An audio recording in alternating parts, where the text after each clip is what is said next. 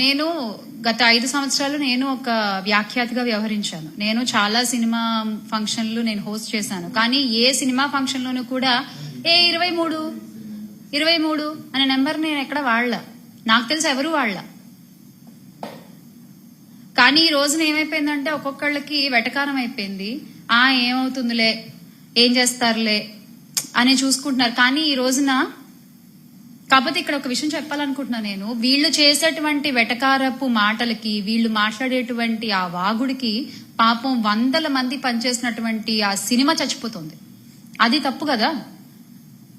వీళ్ళేదో వీళ్ళ personal egos కి వీళ్ళు మాట్లాడేస్తే స్టేజ్ లెక్కేసి ఎంత మంది ప్రొడక్షన్ బాయ్ దగ్గర నుంచి ప్రొడ్యూసర్ వరకు కొన్ని 100 కుటుంబాలు ఒక సినిమా మీద ఆధారపడి ఉంటాయి. ఒక సినిమా నుంచి వచ్చే డబ్బు మీద ఆధారపడి ఉంటాయి.